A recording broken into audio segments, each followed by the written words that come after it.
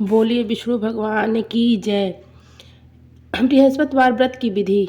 इस दिन बृहस्पति देव जी की पूजा होती है। दिन में एक समय ही भोजन करें, पीले वस्त्र धारण करें, पीले पुष्पों को धारण करें। भोजन भी चने की दाल का होना चाहिए, नमक नहीं खाना चाहिए। पीले रंग का फूल, चने की दाल, पीले कपड़े तथा पीले चंदन से पूजा करनी चाहिए। पूजन के पश्चात कथा सुननी चाहिए। इस व्रत के करने से विष्णु भगवान अति प्रसन्न होते हैं तथा धन और विद्या का लाभ होता है। स्त्रियों के लिए यह व्रत अति आवश्यक है। इस व्रत से केले की पूजन होता है और कथा होता है। अतः मैं आप लोगों को बृहस्पतिवार की व्रत कथा सुनाने जा रही हूँ। बोलिए विष्णु भगवान की जय। प्राचीन समय की बात है। भारत में एक राजा राज्य करता था। वह बड़ा प्रतापी तथा दानी था। वह नित्य प्रति मंदिर में भगवत करने जाता। वह ब्राह्मण और गुरु की सेवा किया करता था। उसके दरवाजे से कोई भी याचक निराश होकर नहीं लौटता था। वह प्रत्येक गुरुवार को व्रत रखता एवं पूजन करता था। हर दिन गरीबों की सहायता करता था। परंतु यह सब बातें उसकी रानी को अच्छी नहीं लगती थी। वह न व्रत करती, न किसी को भी एक पैसा दान में देती थी। वह राजा से भी ऐसा करने को मना किया करती थी। एक समय की बात है कि राजा शिकार खेलने वन को चले गए। घर पर रानी और दासी थी।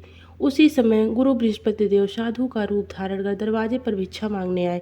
साधु ने रानी से भिक्षा मांगी तो वह कहने लगी, हे साधु महाराज, मैं इस दान और पुण्य से तंग आ गई हूँ। इस कार्य के लिए तो मेरे पति देव ही बहुत है। अब आप ऐसी कृपा करें कि सारा धन नष्ट हो जाए, आराम से रह सकूं। साधु रूपी बृहस्पति देव ने कहा, हे देवी, तुम बड़ी विचित्र हो। संतान और धन से कोई भी दुखी नहीं होता, इसको सभी चाहते हैं। पापी भी पुत्र और धन की इच्छा रखता है।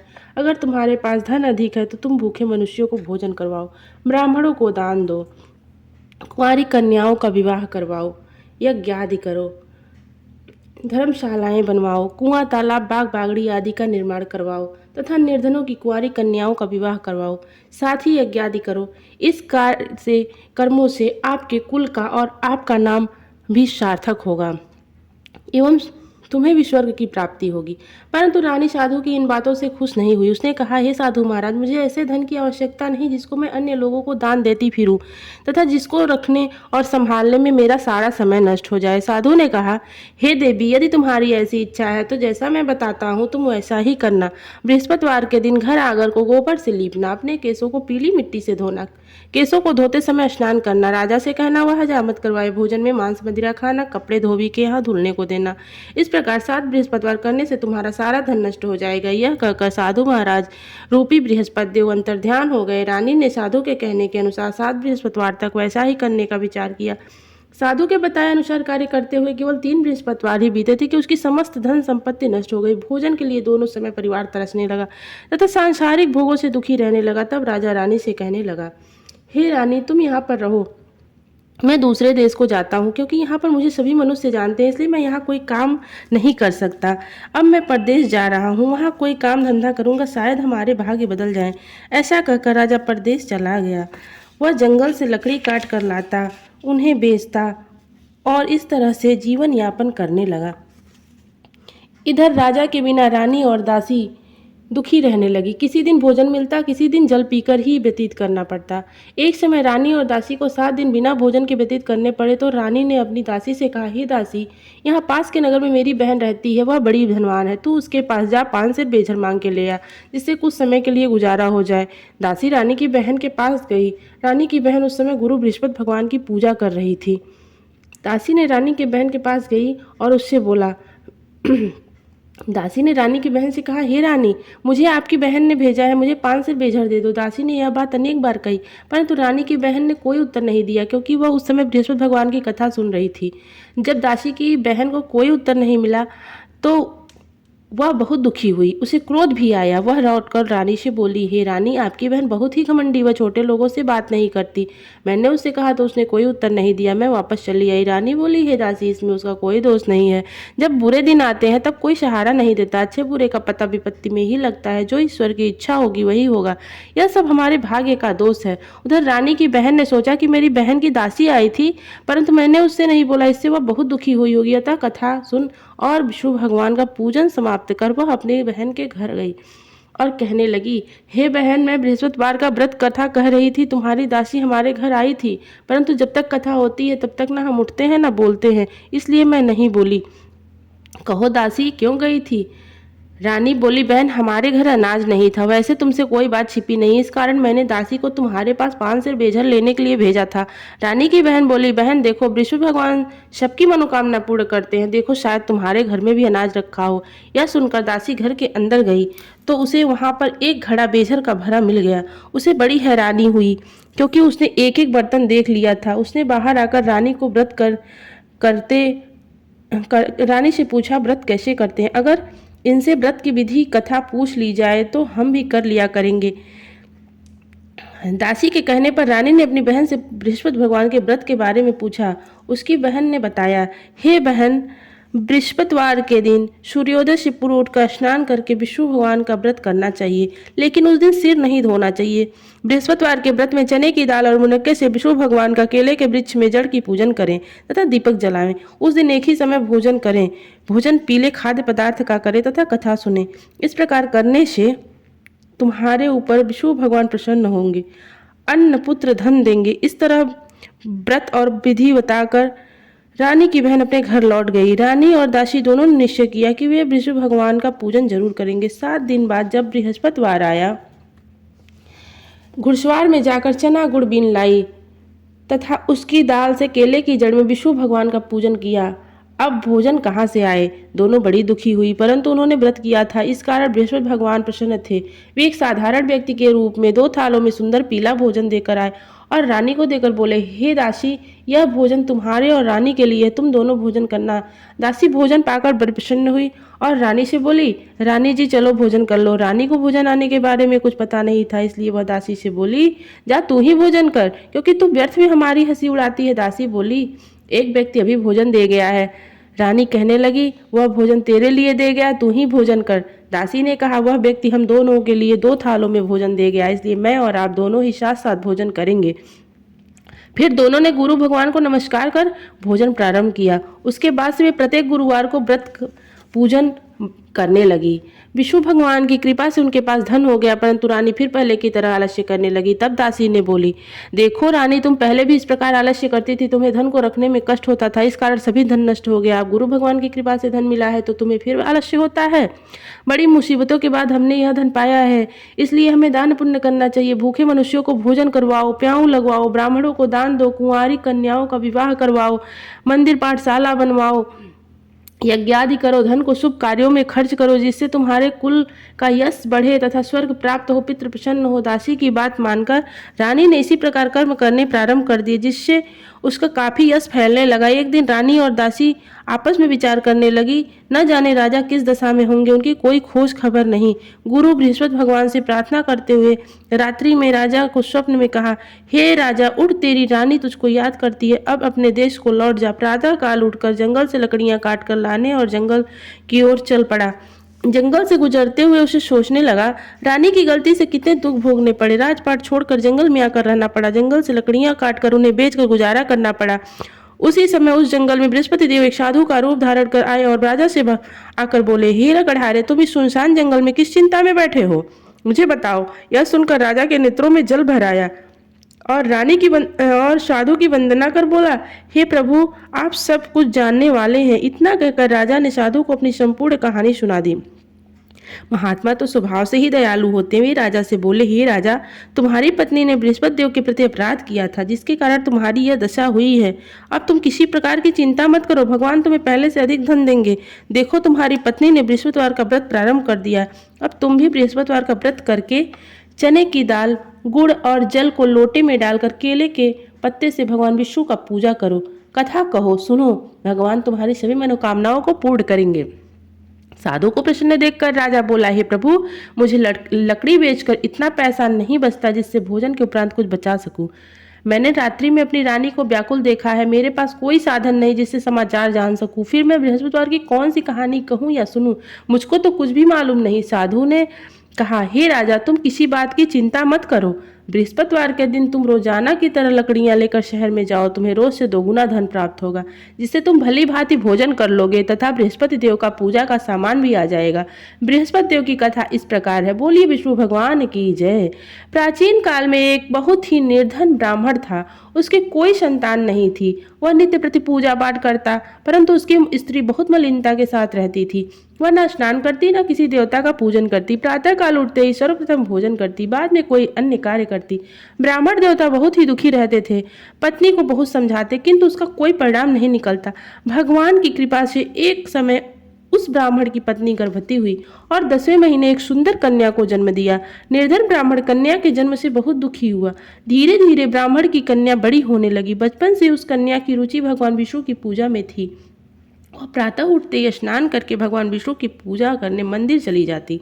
बृहस्पतिवार को व्रत करके विधिवत पूजा पाठ करती थी। पूजा पाठ के बाद वह पढ़ने के लिए पाठशाला जाती थी।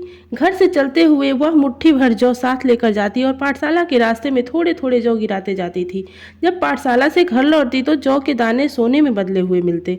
लड़की सभी सोने के दाने बीन लाती। एक दिन जब वो सोने के दाने को साफ कर रही थी, उसी समय उसकी माँ ने कहा, बेटी, सोने के दाने को साफ करने के लिए सोने का सूप होना चाहिए। अगले दिन बृहस्पतिवार था। उसने भगवान बृहस्पति देव से पूजा करते हुए प्रार्थना की, भगवान, यदि मैंने आपका व्रत विधिवत किया हो तो मुझे सोने का सूप दे दो। भगवान बृहस्पति देव ने उसकी मनोकामना पूरी करने का वचन दिया।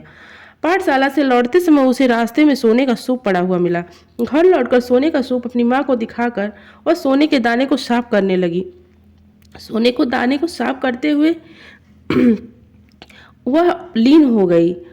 उसी समय उस नगर का राजकुमार उसके घर के पास से गुजरा। उस सुंदर लड़की को सोने के सूप में साफ करते हुए देखकर राजकुमार उस पर मोहित हो गया। महल में लौटकर राजकुमार ने राजा से उस लड़की से विवाह करने की इच्छा प्रकट की। तो राजा ने ब्राह्मण को महल में बुलाकर उस राजकुमार का विवाह उस लड़की से करने की बात कही। ब्राह्मण तैयार हो गया। धूमधाम से उस लड़की का विवाह राजकुमार से हो गया। दुल्हन बनकर ब्राह्मण की लड़की महल चली गई। लड़की के चले जाने से ब्राह्मण फिर निर्धन हो गया। उसे कई कई दिन भोजन नहीं मिलता। बहुत दुखी होकर ब्राह्मण एक दिन अपनी लड़की के पास गया और अपने पिता से निर्धनता का समाचार सुनकर उसे बहुत सारा धन देकर विदा कर दिया। उस धन से ब्राह्मण के कुछ दिन तो आराम से गुजर गए, लेकिन जल्दी भूखों मरने की हालत हो गई। ब्राह्मण अपनी लड़की से धन लेने के लिए फिर महल पहुंचा। लड़की ने पिता की बुरी हालत देखकर कहा, पिताजी, आखिर आप कब तक मुझसे धन लेकर जीवन यापन करेंगे? आप कोई ऐसा उपाय क्यों नहीं करते जिससे कि आपके घर में भी धन की वर्षा होने लगे? ब्राह्मण ने कहा, मैंने तेरी माँ को बहुत समझा लिया, परंतु उसकी फुहड़कम नष्ट हो तब तो घर की निर्धनता दूर होगी। तब कुछ सोचकर लड़की ने पिता से कहा, पिताजी, आप कुछ समय के लिए माँ को मेरे यहाँ ले आओ। जब कुछ सोचकर ब्राह्मण पत्नी को लड़की के पास महल में छोड़ आया। लड़की ने अपनी माँ से कहा, माँ, तुम कल प्रातः उठकर स्नान करके भगवान बृहस्पति देव की पूजा अवश्य करना। पूजा करने से तुम्हारी निर्धनता दूर हो जाएगी। लेकिन उसकी माँ ने उसकी कोई बात नहीं मानी। तब क्रोधित होकर लड़की ने अपनी माँ को एक कक्ष में बंद कर दिया। सूर्योदय के समय माँ को उठाकर उसे स्नान कराया और फिर मंदिर में ले जाकर भगवान बृहस्पति देव की पूजा कराई। कुछ दिनों तक ऐसा करने से माँ की बुद्धि में परिवर्तन हुआ और वो स्वयं बृहस्पतिवार का व्रत करने लगी। उसके व्रत करने से ब्राह्मण के घर में भगवान विष्णु की अनुकंपा से धन की वर्षा होने लगी। दोनों पति पत्नी धन संपत्ति पाकर आनंद पूर्वक जीवन यापन करते हुए विष्णु धाम को चले गए। लकड़हारा बने राजा ने उस साधु से भगवान बृहस्पति देव की कथा सुनकर विष्णु भगवान का व्रत करने का पूजन की और उस दिन से उसके सभी क्लेश दूर हो गए। लेकिन अगले बृहस्पतिवार को काम काज में अधिक व्यस्त रहने के कारण उसने भगवान बृहस्पति देव की व्रत नहीं किया। भगवान बृहस्पति देव लकड़हारे से क्रोधित हो गए और उसे भूल की सजा दी। उस दिन उस नगर के राजा ने नगर में घोषणा करके सबको सूचित किया, प्रत्येक नागरिक मेरे महल में भोजन करने आएंगे। जो नहीं आएगा उसे अपराधी मानकर भारी दंड दिया जाएगा। लकड़हारा बने राजा ने उस नगर के राजा की घोषणा तो सुनी, लेकिन जंगल से लकड़ी काटकर लाने और उन्हें बेचने में देर हो जाने के कारण समय पर महल में भोजन करने ना जा सका। अतः राजा के सैनिक लकड़हारे को बुलाकर महल में ले गए। राजा ने उस महल के एक कक्ष में बैठाकर भोजन कराया। उस कक्ष में खूंटी पर रानी के सोने का हार लटका हुआ था। लकड़हारा अकेला उस भोजन कर रहा था कक्ष में। तभी उसने एक आश्चर्यजनक घटना घटते देखी। देखते ही देखते वह खूंटी हार को निगल गई। थोड़ी देर के बाद राजा ने हार को गायब देखा तो लकड़हारे को कारावास में डलवा दिया। लकड़हारा मन ही मन अपने भाग्य को कोसने लगा। तभी उसने जंगल में मिले साधु का स्मरण आया। थोड़ी देर में भगवान बृहस्पति देव सन्यासी के रूप में उसके सामने आए और कहा, हे लकड़हारे, तूने बृहस्पति भगवान का पूजन नहीं किया, इसी कारण तुम्हें यह कष्ट हुआ है। लेकिन अब चिंता मत करो, बृहस्पतिवार के दिन नगर के कारागार के दरवाजे पर तुम्हें कुछ पैसे मिलेंगे। उन पैसों से भगवान बृहस्पति देव का व्रत करके पूजन करोगे तो तुम्हारे सब दुख नष्ट हो जाएंगे। बृहस्पतिवार के दिन दरवाजे पर पड़े हुए पैसे मिले और चने गुड़ मंगाकर लकड़हारे ने बृहस्पतिवार की कथा कही तो भगवान बृहस्पति देव प्रसन्न होकर उस नगर के राजा को स्वप्न में लकड़हारे को कारागार से मुक्त करने को कहा। सुबह राजा ने अपने कक्ष में आकर देखा तो खूंटी पर रानी का हार टंगा हुआ था। राजा ने लकड़हारे को मुक्त कर दिया, उसे धन आभूषण देकर विदा कर दिया। लकड़हारा बना राजा उस नगर से चलकर अपने नगर में पहुंचा तो उसने नगर में कुएं, धर्मशालाएं, बाग बगीचे देखकर बहुत प्रसन्न हुआ। उसने सबसे पूछा कि यह किसने बनवाया। सबने उसे बताया कि यह रानी और दासी ने बनवाए हैं। राजा महल में पहुंचा तो रानी ने उसका भव्य स्वागत किया। तब राजा निश्चय किया कि सप्ताह में एक बार तो सभी बृहस्पतिवार का व्रत पूजन करते हैं, परंतु मैं प्रतिदिन व्रत किया करूंगा तथा दिन में 3 बार कथा कहूंगा। अब राजा हर समय दुसाले में चने की दाल बांधे रहता था, दिन में 3 बार बृहस्पतिवार की कथा कहता था। कुछ दिनों के बाद राजा को अपनी बहन की याद आई। एक दिन घोड़े पर सवार होकर राजा अपनी बहन से मिलने के लिए चल दिया। अभी राजा नगर के बाहर ही पहुंचा था कि उसने कुछ लोगों को सौ ले जाते हुए देखा। राजा को स्मरण आया कि आज उसने किसी को बृहस्पतिवार की कथा नहीं सुनाई। राजा ने उन लोगों को रोक कर कहा, भाइयों, 100 को ले जाने से पहले मुझसे बृहस्पतिवार की कथा तो सुन लो। कुछ लोग उस पर क्रोधित होते हुए कहे, तुम पागल तो नहीं हो? लेकिन कुछ बड़े बुजुर्गों ने कहा, अच्छा भाई, साथ में चलते चलते तू अपनी कथा भी सुना लो। राजा ने चलते हुए आधी कथा ही सुनाई कि शव हिलने लगा। राजा की पूरी कथा सुनते ही शव उठकर बैठ गया। लोगों ने हैरानी तले दांतों तले उंगली दबा ली। अगले बृहस्पतिवार को भगवान बृहस्पति देव का व्रत कथा कहने का निश्चय किया। अब घोड़े पर सवार होकर राजा किसान के पास पहुंचा। किसान अपने खेत में हल चला रहा था। राजा ने कहा, अरे भाई, मुझसे बृहस्पतिवार की कथा सुन लो। किसान झुझला कर बोला, अरे भाई, देख नहीं रहे हो, जितनी देर में तुम्हारी कथा सुनूंगा उतनी देर में पूरे खेत में हल चला लूंगा। राजा निराश होकर चलने लगा। तभी किसान के बैल लड़खड़ाकर जमीन पर गिर गए। किसान के पेट में जोरों का दर्द होने लगा। उसी समय किसान की पत्नी खाना लेकर आई तो उसने किसान से इस बारे में पूछा। किसान ने घुड़सवार की पूरी कहानी सुनाई। किसान की पत्नी दौड़ती हुई राजा के पास पहुंचकर हाथ जोड़कर बोली, भैया, मैं तुम्हारी कथा सुनने को तैयार हूँ। राजा ने उसके पास खेत में चलकर बृहस्पतिवार की कथा सुनाई। तभी बैल उठकर खड़े हो गए। किसान के पेट का दर्द ठीक हो गया। राजा अपनी बहन के घर पहुंचा तो उसकी बहन ने बहुत आवभगत की। अगले दिन सुबह उठकर राजा ने देखा कि घर के सभी लोग भोजन कर रहे हैं। किसी भूखे को बृहस्पतिवार की कथा सुनाए बिना राजा भोजन नहीं करता था। उसने बहन से कहा, बहन, क्या घर में कोई ऐसा व्यक्ति है जिसने अभी तक भोजन न किया हो? उसकी बहन ने बोली, भैया, हमारे घर में तो क्या आपको पूरे नगर में कोई ऐसा व्यक्ति नहीं मिलेगा जिसने सुबह सुबह भोजन न किया हो। तब राजा ने अपनी बहन से घर से निकलकर उस नगर में बिना भोजन किए हुए व्यक्ति की तलाश की। एक गरेड़िए के घर में उसका बीमार बेटा होने के कारण भूखा रह गया था। राजा ने उसको जाकर बृहस्पतिवार की कथा सुनाई तथा कथा सुनते सुनते कि गरेड़िए का बीमार बेटा बिल्कुल ठीक हो गया। सबने राजा की बहुत प्रशंसा की। एक दिन राजा ने अपनी बहन से कहा, बहन, हम अपने घर को जाना चाहते हैं, तुम भी हमारे साथ चलो, कुछ दिन वहां रहकर लौट आना। राजा ने अपनी बहन को कहा कि चलो मेरे साथ। लेकिन राजा की बहन ने अपनी सास से पूछा तो सास ने ताने मारते हुए कहा, बहू, मायके जाना तो अकेली जाना, मेरे पोते पोती को ना ले जाना। तुम्हारे भाई को कोई संतान नहीं है, कहीं तुम्हारी भाभी मेरे पोते पोती को कोई जादू टोना न कर दे। दूसरे कक्ष में बहन की सास की बात सुनकर राजा दुखी मन से अकेला ही अपने नगर को लौट आया। रानी ने राजा से कहा, आप तो अपनी बहन को साथ लेके आने की बात कह कर गए थे। तब राजा ने दुखी होते हुए कहा, रानी, हम निसंतान हैं, इसलिए हमारे घर कोई आना पसंद नहीं करता। रानी ने राजा को समझाया, हे प्राणनाथ, मुझे बृहस्पति देव ने सब कुछ दिया है, अब विष्णु भगवान हमें संतान भी अवश्य देंगे। बृहस्पतिवार को विधिवत व्रत करते हुए राजा रानी ने भगवान बृहस्पति देव से संतान के लिए प्रार्थना की। कुछ दिनों के बाद उन्होंने स्वप्न में दर्शन देते हुए कहा, हे राजन, तेरी मनोकामना अवश्य पूरी होगी। 1 सप्ताह बाद ही रानी गर्भवती हो गई। 10वें महीने रानी ने एक सुंदर पुत्र को जन्म दिया। राजा रानी जीवन पर्यंत बृहस्पति भगवान का व्रत करते रहे। उनके घर में धन की वर्षा होती रही। आनंद पूर्वक जीवन यापन करते हुए राजा रानी भगवान बृहस्पति देव की अनुकंपा से मोक्ष को प्राप्त करके सीधे वैकुंठ धाम पहुंच गए। बृहस्पतिवार को विधिवत व्रत करके जो भी स्त्री पुरुष विष्णु भगवान का पूजन